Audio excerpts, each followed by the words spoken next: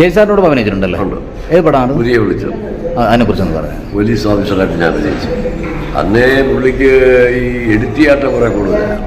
ഒരു തീ പിടിക്കുന്ന സീനുണ്ടായിരുന്നു. ആ സീനിൽ ഞാൻ പ്രത്യേകം പറഞ്ഞ ഡ്യൂപ്പിട്ട് എടുക്കുകയാണ്. ഞാൻ പോകണ്ട, റിസ്ക് എടുക്കരുത്. അപ്പോൾ ആ റിസ്ക് എടുക്കുന്ന ഒരു നടനായിരുന്നു. ആ റിസ്ക്കാണ് പുള്ളിയുടെ ജീവിതത്തിലെ പരാജയം. സിനിമാക്കാരെല്ലാം ഡ്യൂപ്പൊക്കെ ഇന്നത് ചെയ്യാറുണ്ട്. അതിനനുഭവിച്ചിരുന്നെങ്കിൽ ഇന്നും ജയൻ ജീവിച്ചിട്ടുണ്ടാവും. തീർച്ചയായും നല്ല ഒരുപാട് സിനിമ ഇറങ്ങിയേനെ. അതെ, അത് പലർക്കും മനസ്സിലാകാത്തതാണ്. എനിക്കും അനുഭവപ്പെട്ടിട്ടുള്ളതാണ്. ഈ റിസ്ക് എടുക്കരുത് ഒരിക്കലും. സിനിമ എന്ന് പറയുന്നത് ഇല്ലാത്ത ഉണ്ടെന്ന് കാണിക്കുന്നതാണ്. അപ്പോൾ നമ്മൾ അങ്ങനെ തന്നെ പോകണം. അതിന് നാച്ചുറാലിറ്റി കാണിച്ചു കഴിഞ്ഞാൽ പോയി. അതെ അതെ. അപ്പോൾ അങ്ങനെ സ്വാഭാവികത വന്നാൽ സംഭവം പ്രശ്നമാണ്. മനസ്സിലായില്ലേ?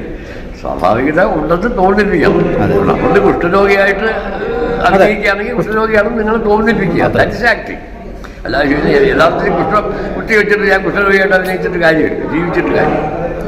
പക്ഷേ ജയന്റെ എടുത്തുകാട്ടില്ലായിരുന്നെങ്കിൽ ഇന്നും ജീവിച്ചിരുന്നത്. അങ്ങനെ വന്നിരുന്നെങ്കിൽ പലരും ഇന്നും ഇവിടെ ഉണ്ടാവില്ലായിരുന്നു. അത് സത്യമാണ്. ആ വിടവ് നികത്തിയത് പലരുമാണ്. അപ്പോൾ അങ്ങനെ ഉണ്ടായിരുന്നെങ്കിൽ 3 പേര്. ഇപ്പം ജഗദീഷ് ശ്രീകുമാർ ആക്സിഡന്റ് ആയി കഴിഞ്ഞപ്പോൾ പല ആൾക്കാരും ഉയർന്നു വന്നു.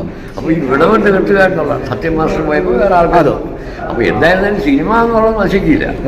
പുതിയ ആൾക്കാർ വരും, പ്രഗത്ഭരായിട്ടുള്ളവർ നിൽക്കും, അല്ലാത്തവർ പോകും. ഇതാണ് ഫാക്ട്. എന്നാൽ ജയൻ ഒരു പ്രതിഭാസമായിരുന്നു അല്ലേ? ആയിരുന്നു. ജയന്റെ തരംഗം ഒരു ഭയങ്കര തരംഗമായിരുന്നു. ഇന്നും അത് ആ സിനിമകൾ കാണുമ്പോൾ ഉള്ള ജയനോടുള്ള ആ ഒരു സ്നേഹവും ആരാധനയും ജനം ഇന്നും മറന്നിട്ടില്ല. ജയൻ എന്നുള്ള ആ തരംഗം ഇപ്പോഴും ഉണ്ട് എന്നുള്ളതാണ് ഫാക്ട്.